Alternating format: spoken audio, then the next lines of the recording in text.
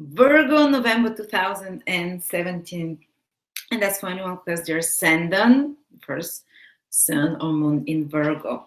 And you see, guys, all the action in November, it's kind of going to be below the horizon for you. If this is Virgo and we put you on the horizon, all the action is going to be in Libra, Scorpio, and Sagittarius, which are kind of below the horizon in this more private sector. The first to the fourth house is me focus.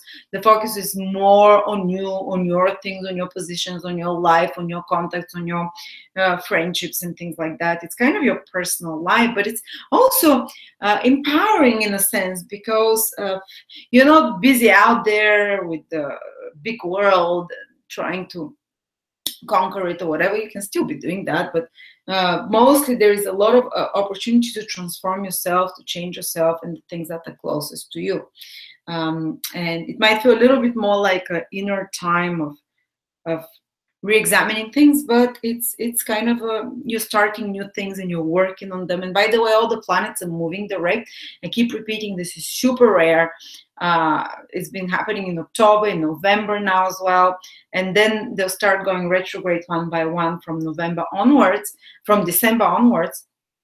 But that's a rare opportunity where time speeds up, when everything moves forwards, when new experiences come.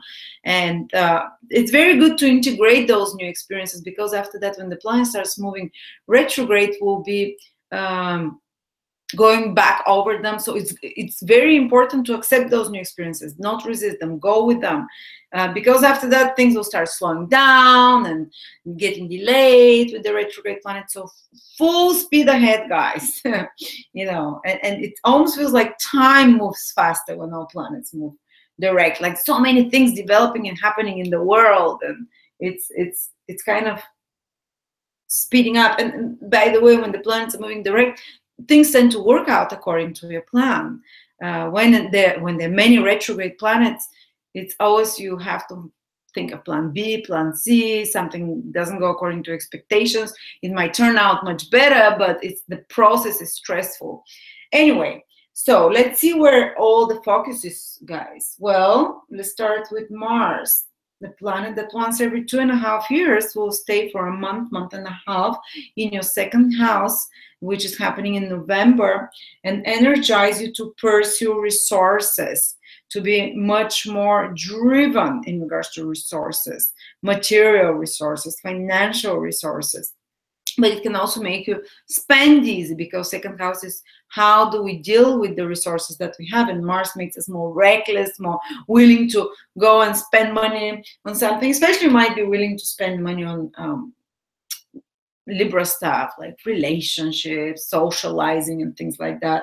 But it might be good for your self-worth in some way, spending a little bit more this month, because the second house rules our self-worth. Maybe you can spend on some fashion, on design, a bit more. Libra rules fashion, design, you know, beautiful things of any sort, things that you consider attractive in some sort. Well, it's okay, you know, to do that. But still, you know, if you can, for example, invest in, if you have a business, in projects that are connected to art, to design, Libra, you can invest and spend, because Mars is about taking action in regards to connect into some kind of a for example, balancing, taking action to balance better, Libra, your resources. Taking action to, if you don't want to be reckless with your resources, actually, you're good always to do it with a partner, with someone you can consult with, Libra, and to actually, Virgos often can benefit through some kind of partnerships, or combining their resources in some way, or maybe putting their money together in the bank account with a partner or something like that. Generally speaking. But, you know, when Mars is there, you might be spending a bit more. You might be taking actions to balance that's the positive manifestation, to balance your resources. So you might be, for example, actively investing in something, in some resources that you need for your business. And usually there will be good quality because of Libra. But still be careful because of this recklessness there. And Then the biggest action, guys, is happening in the third house. We have Jupiter, the Sun, and Venus. The two benefics are in your third house. In Scorpio, actually, Jupiter will be there till the end of October 2018, so for another year. But this month in particular, in November, your third house becomes super active with three benefics. Western astrology considers the Sun benefic as well. It gives us sun and light with three benefics in your third house. So what can you happen? What can you expect? Some good news. Third house is about information. Some good news that fills in, that gives you a piece of the puzzle, that helps you solve something. Some good news, also some short trip that's very pleasant can happen for you guys. Short trip, it might be short trip under a few days, under less than a month, basically. A short trip is considered third house. Also, what can happen is that you might be on your daily activities around. Third house is just like doing your daily activities, going to work, taking the bus, driving the car, going to the shop, shopping, then bringing things back. And something good can happen, walking on the street, and something good can happen to you. Jupiter, Venus, maybe even love, or maybe some kind of opportunity comes to you this way, or you might be just hanging out with your neighbors, third house, and some good opportunity comes to you. So accept that. Or you might be hanging out with buddies from your work, third house is colleagues of any sort, people, small group environments, people that you didn't necessarily choose to be in your daily environment, but they happen to be their workmates, siblings, neighbors, people, schoolmates, classmates. And there are people that you can, and also anything to do with collaborating in small group activities with 2-3 people, whatever, can be very beneficial, can be a source of pleasure for you, or pleasurable social communications can come to you. If you're in anything to do with marketing, advertising, commercial business, media, ruled by third house, you also have support of those benefics. It happens effortlessly, it happens smoothly. You can receive support, or you can just like make a marketing campaign that, for example, is super beneficial, and it's like a one-off miracle, something.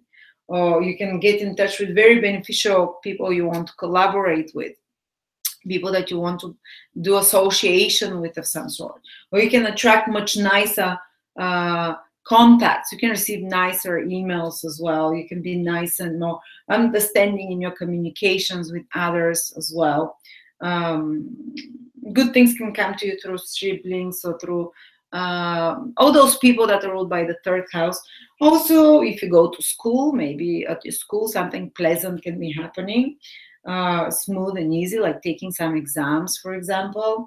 Or if you're going to if you work in all those media, communication, writing, speaking environments, business administrative environments, again, it can be a smooth period with those positive influences there. You can arrange something in regards to papers or documents more easily, something in regards to, and also hanging out with buddies. Third house is that, hanging out, having good communications, pleasant communications can be good and a source of nicer things happening. Okay, so the kind of social activity should be more pleasurable and contacts of some sort. And then we have Saturn and Mercury in your fourth house, guys. It's been there, Saturn's been there for the past 2.5 years, almost 2 years. And it's another 2 months there, so it's the final push. If there was any problems with family, any problems with property, kind of like they're starting to dissolve more and more, they're starting to be resolved, and to be released from the burden and responsibility of something to do with property, something to do with family, something to do with older parent, something to do with some home problem of some sort. But mostly because this month is Uranus Trine Saturn. That's a very harmonious aspect of 120 degrees that will repeat again in many, many years. I think the next time it will repeat is when Saturn will be in Libra again. I don't know. It's like 15 years from now. Something. I don't know. It's like I can't calculate it in my head. But Saturn trine Jupiter can bring something very positive in regards to ninth and fourth, eighth and fourth houses, because Jupiter is in Aries in the eighth house. So jump on the wagon before the train leaves. This opportunity, and how can it play out? Saturn is something old, Uranus is something new, and Uranus is some sudden opportunities that open doors for you and help resolve old problems. Saturn. So some problem with family, home, or property, or real estate. Saturn in the fourth house. Now you can receive some sudden opportunity to solve that. Uranus, to expedite it. Or to even to benefit materially, mutually, say with your spouse, or some kind of mutual investment through old property investments that you've made. To have returns. Eighth house is financial house of resources, of return of investments that you've put in some kind of property, for example. So go for that as well. I think the whole November this is active. Or if you want to sell a property, eighth house is other people's resources. So maybe the resource of others can come and help you sell the property, basically. Or if there's some problems in your family life, maybe a therapeutical session. Eighth house is about therapy and psychology and astrology and all those occult sciences or psychology sciences that are trying to get to the bottom of something and find out what this deep-seated rooted issue is, and to give you a remedy for deep transformation there in that stuck situation in your life.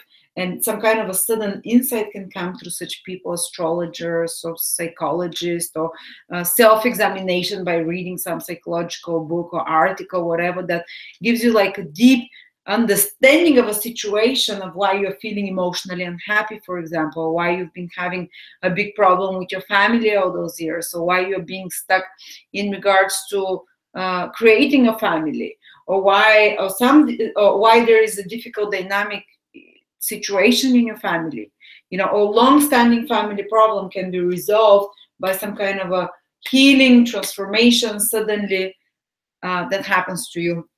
Or some kind of inheritance. Eighth house can, eighth house rules inheritances, someone dying suddenly. Sorry, I don't want to say that. It's a good aspect.